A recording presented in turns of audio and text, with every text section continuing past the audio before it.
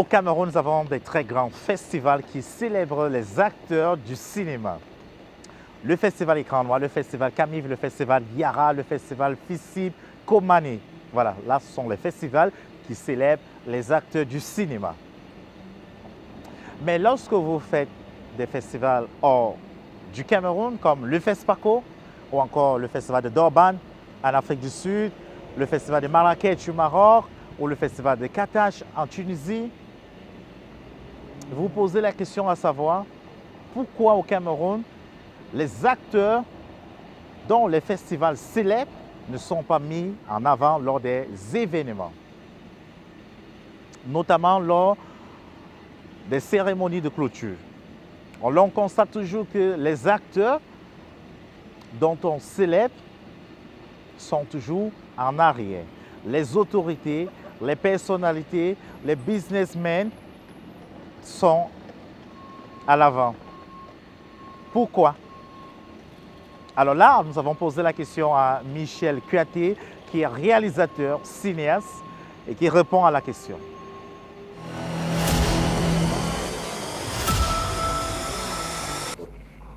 Dans les festivals, effectivement, dans la plupart des festivals qu'on a visités à travers le monde, on se rend effectivement compte que les stars sont mis en avant. Oui, les professionnels du cinéma, les acteurs, les réalisateurs, les producteurs, ils sont mis en avant. Lorsque vous allez à Cannes, lorsque vous allez à Venise, au Carthage, de moins en moins au FESPACO et dans tous les grands festivals ou dans les grands cérémonies d'awards, effectivement, les personnes qu'on vient célébrer, c'est des cinéastes, c'est des stars, c'est des acteurs. Et ils sont effectivement mis en avant. Mis en avant au sens propre et au sens figuré. C'est-à-dire qu'ils s'asseyent effectivement dans les premières colonnes, dans les premières rangées. Et ensuite, même au niveau de la façon de filmer, ils sont mis en avant. Les autorités politiques sont un peu en retrait. Les politiques, les chefs d'entreprise, les partenaires, tout ça, ils sont en retrait. Parce que dans leur domaine respectif, ils ont leur type d'événement où ils sont en avant. Vous voyez un peu. Les politiciens, ils ont des meetings au cours desquels ils se font voir.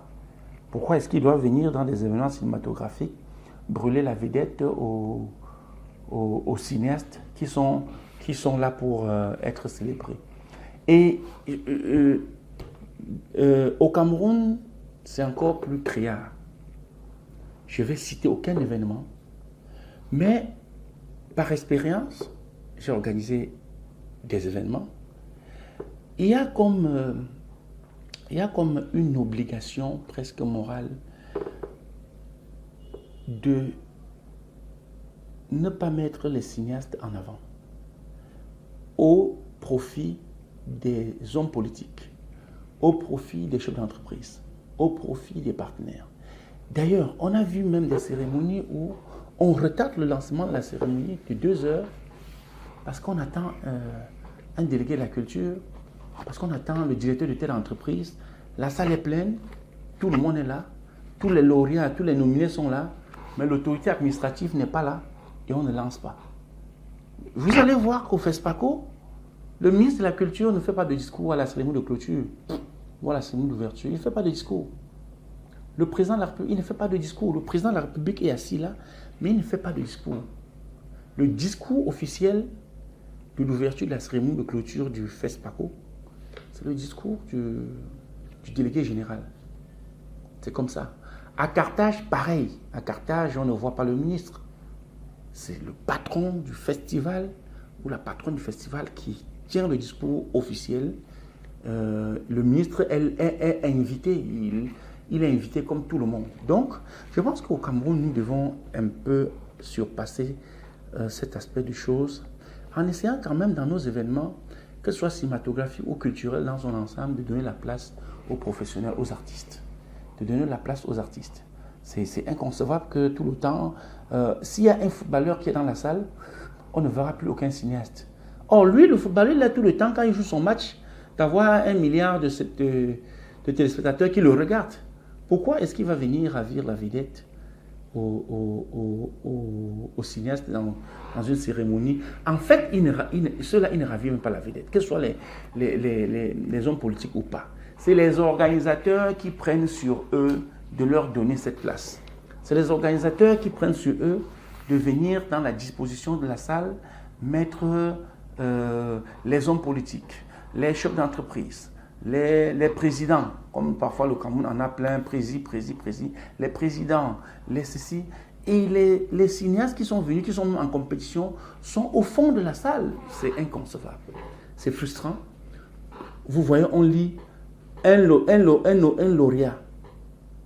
Il prend 3 minutes pour arriver sur le podium parce qu'il est au fond, enfermé là.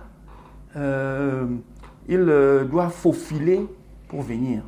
Je suis arrivé à Carthage, par exemple, j'étais en compétition il y a 3 ans, ou il y a 5 ans quand même, le temps passe vite, avec le père de Tilay. Quand nous arrivons à la cérémonie de clôture, tu vois, ton nom est déjà écrit sur un siège, on a choisi les premières rangées, on a mis les noms de tous les cinéastes et tous les acteurs en compétition là. Ils sont assis de telle sorte que si on a besoin d'eux, parce qu'on va avoir besoin d'eux, qu'ils se lèvent directement, ils partent.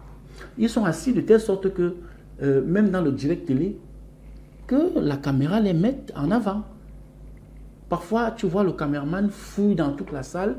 On dit, et le gagnant est, on ne sait pas où le caméraman fouille, on fouille. Ou alors, même pendant la soirée, le réalisateur dit au caméraman que donne-moi l'image de tel acteur. On le fouille, on ne le trouve pas. Après, on se rend compte qu'il est perché au fond là. Et les hommes politiques, et les chefs d'entreprise, et les faroteurs, et les présidents, et tout ça, sont devant en train de se la couler douce, en train de jouer les beaux, alors qu'ils n'ont fait aucun film. Ils n'ont fait aucun film, ce n'est pas leur soirée. Et les organisateurs cèdent à ces caprices-là. Ils cèdent à ces caprices-là et ils ne sont pas en même de reconnaître la place qui revient aux professionnels du cinéma. Donc je pense que c'est quelque chose qu'il faut inculquer. Ça fait partie de notre culture, de notre façon de faire, mais pour moi qui n'est pas une façon qu'on devrait encourager. On ne devrait pas encourager cette méthode-là. Donc, que les organisateurs de festivals essaient quand même de voir comment ça se passe ailleurs. Qu'on essaie de voir comment ça se passe ailleurs. Le tapis rouge, c'est le tapis rouge des stars. On ne vient pas là voir un ministre. Je suis désolé, les fans viennent voir leurs acteurs et tout ça. On ne vient pas voir un ministre. On ne vient pas voir le directeur de telle entreprise. On ne vient pas voir... Non. On vient voir les professionnels du métier. Et il faut qu'on leur accorde la place qui est la leur. C'est très, très important. Est-ce qu'un organisateur vraiment a la possibilité de renverser la donne? Les organisateurs ont la possibilité de renverser la donne. Ils peuvent le faire. C'est juste qu'il y a comme une peur de dire, c'est déjà comme ça, on va faire comment? Moi, j'ai assisté à un événement, la nuit des barman. Bon, j'ai assisté de Hervé Nana, c'était aussi un événement culturel. Et pour une première fois, j'ai été séduit par la façon dont il avait géré son protocole. L'autorité qui devait venir représenter l'État, l'autorité départementale, je crois que ça devait être le délégué de la culture ou le délégué du département de la culture ou je ne sais pas. La cérémonie doit commencer à 18h30. Tout le monde est là, tous les compétiteurs sont là. Le délégué n'est pas là. Il appelle pour dire que bon, il va arriver avec un peu de retard. Est-ce qu'on peut occuper un peu le public avec les intermèdes, le temps qu'il arrive? Il va arriver. Bon, l'organisateur était quand même clément. Il a dit oui, ok, c'est 18h30, on peut retarder jusqu'à 19h. À 19h, rien. À 19h, on l'appelle, il dit que non, il va nous faire signe qu'il est prêt. Mais l'organisateur, il a lancé sa soirée. Il a lancé sa soirée. Et la place même qu'il avait réservée devant, il a fait occuper.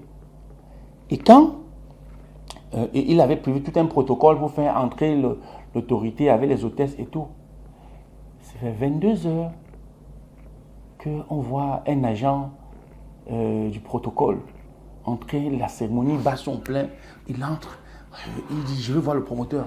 On dit que non, le promoteur il est occupé, il est dans les coulisses en train de travailler. Il dit non, monsieur bon, c'était pas c'était le préfet ou le délégué, il est là, il faut arrêter tout, il doit entrer.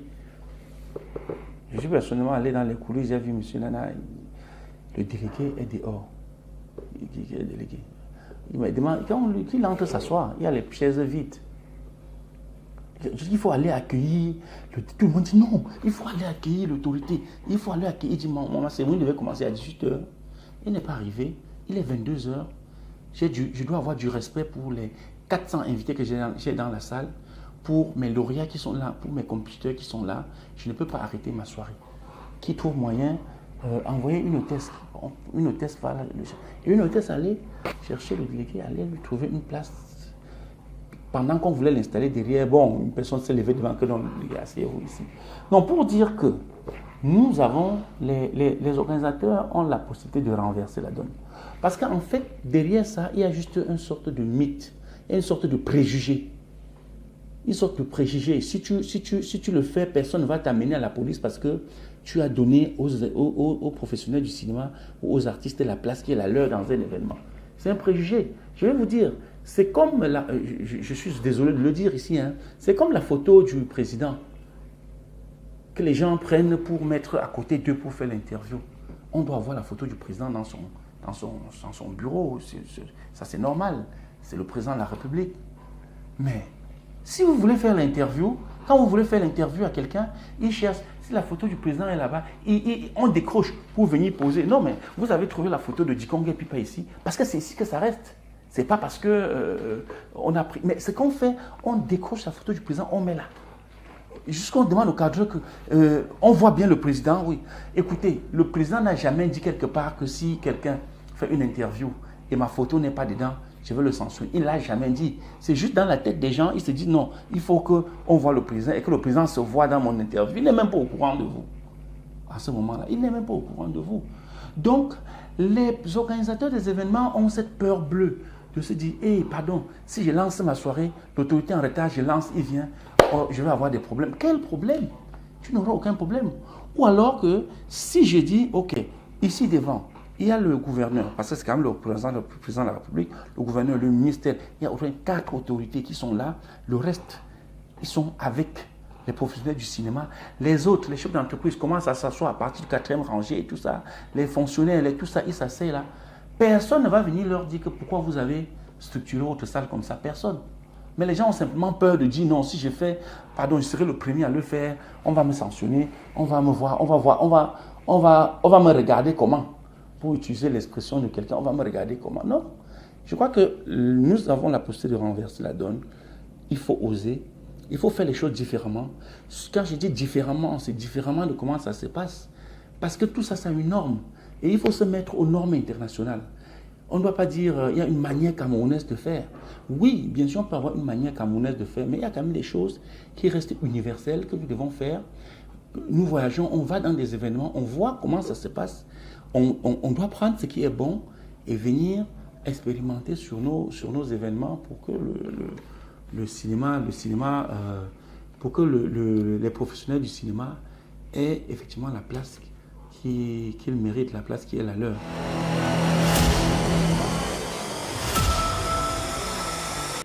Voilà, très chers téléspectateurs, je rappelle que vous êtes sur Scoop, votre magazine du cinéma africain de la diaspora. Donc, partout où l'Afrique brille, Scoop, On7 sont là pour vous rendre compte. Voilà. Et sur ce, très chers téléspectateurs, nous vous présentons la bande-annonce du documentaire court réalisé et produit par le talentueux journaliste Blaise Eyong. Regardez.